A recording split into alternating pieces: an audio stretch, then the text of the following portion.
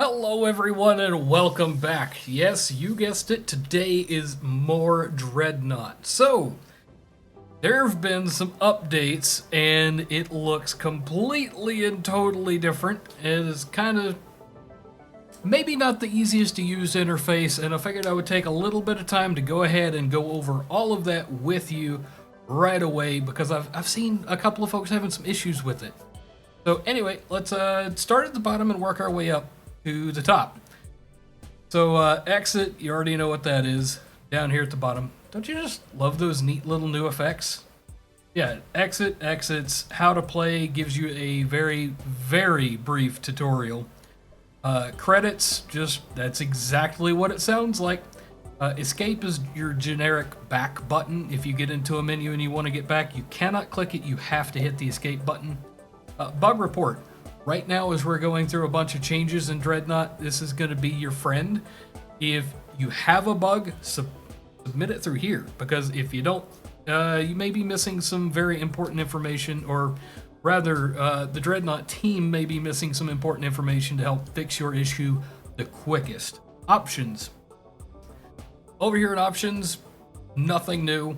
I've run into a small issue. I've got a new 4K monitor, so it doesn't play well with lower resolutions. And over here in graphics, you can see I've got it set to the proper resolution, but it didn't get that way the easiest way. I did have to go through the config file. I can help you guys get that information on where that is and how to update that if you need it. And if you do, just leave a comment and I'll get back to you. Let's keep on rolling.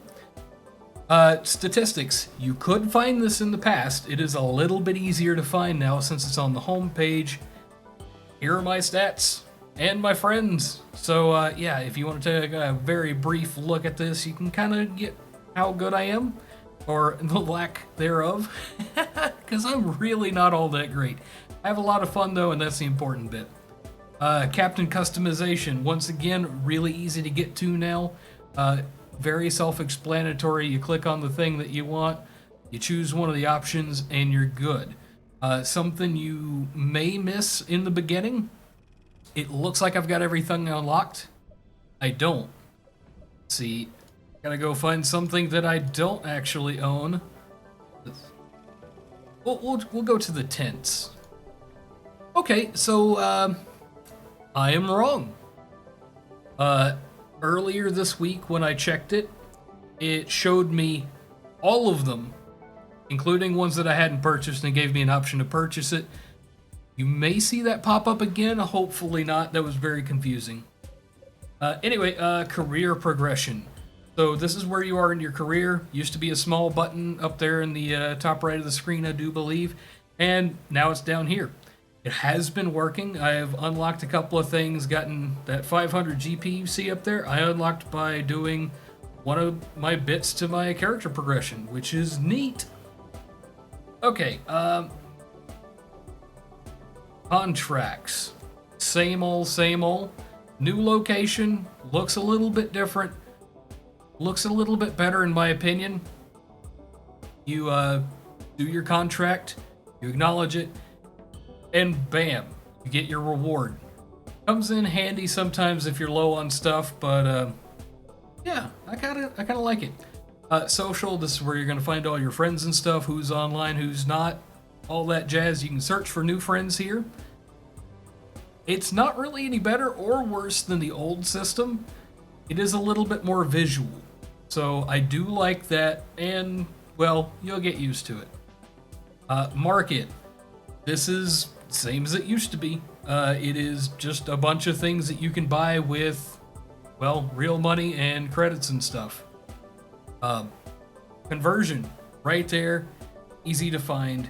I found that when I first load into the game, it has started giving me this little pop-up window of, hey, you've got a whole bunch of XP that you can convert to free XP, and looking at what that's going to cost, it's not something I'm going to do anytime soon.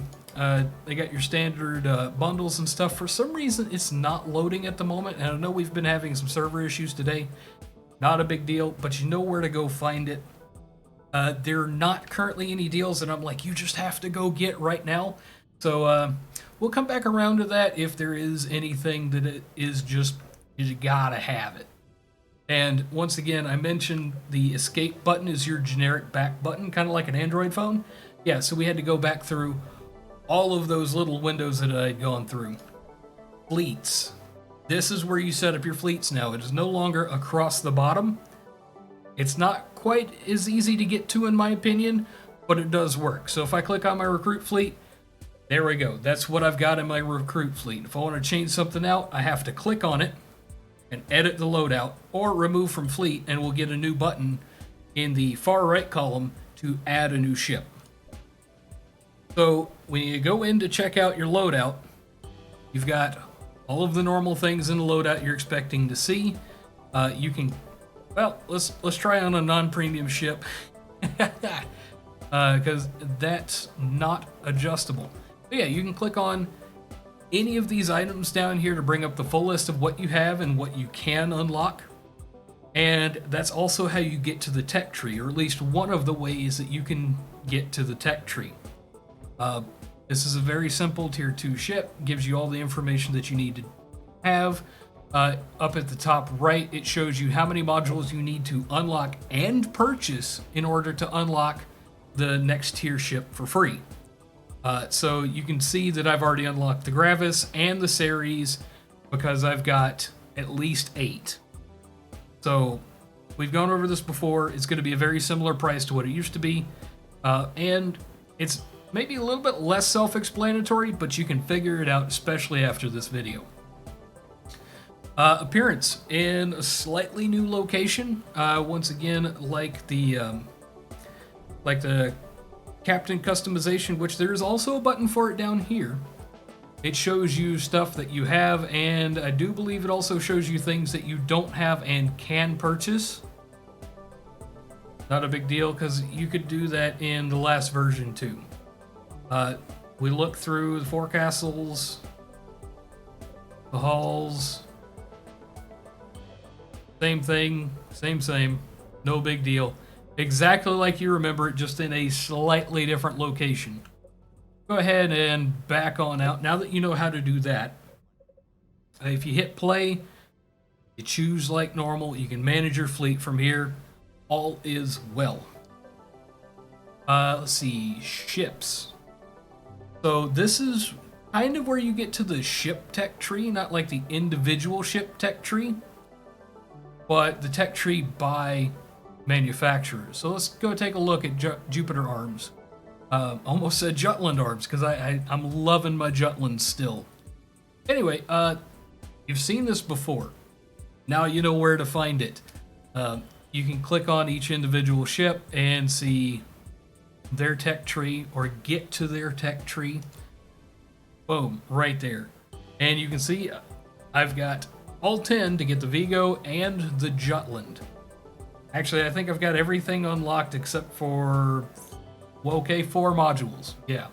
So anyway, now that you know where to find that, you should be doing quite a bit better on just regular in-game stuff. A couple of other things to point out before we go. I wanted to point out the notification center. If you get a squad invite, that's where it's going to go. And you do need to close that when you're done. If you don't, it will hide the launch button. So if you want to hop in and play, that'll cover up the button that you need to press to actually get into game. Squad button, once again, just the social window. There you go. And I think that covers everything except for chat.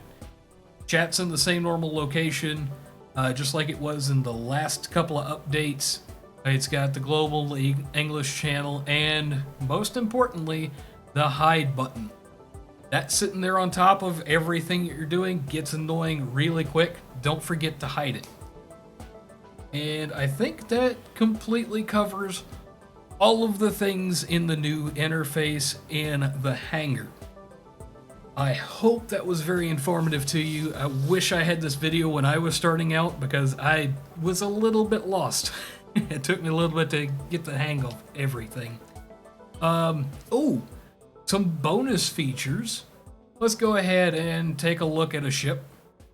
if we go check out my Gravis real quick, hit the edit loadout button, you'll notice that the ship spinning is still absolutely gorgeous, except this time you can go all the way around, a little bit above, a little bit below. And if you hit the magic F12 button, which is the screenshot button in Steam, you notice that it actually takes the screenshot, but it also hides the UI for those few content creators there are out there, so that you can get a halfway decent screenshot for, say, a thumbnail. Yeah, it's all good stuff. I'm glad to have it, and I'm looking forward to putting out some more Dreadnought stuff for you guys in the near future. Anyway, guys, I want to say thank you for hanging around this long. If you liked it, like it. If you disliked it, dislike it. If you got something more complex to say, send me a note down there in the comments. If you want to have a chat about anything, hang out with the rest of the community, the link for the community Discord is in the About section on the channel. I really hope to see you there. And as always, I will see you in the next one.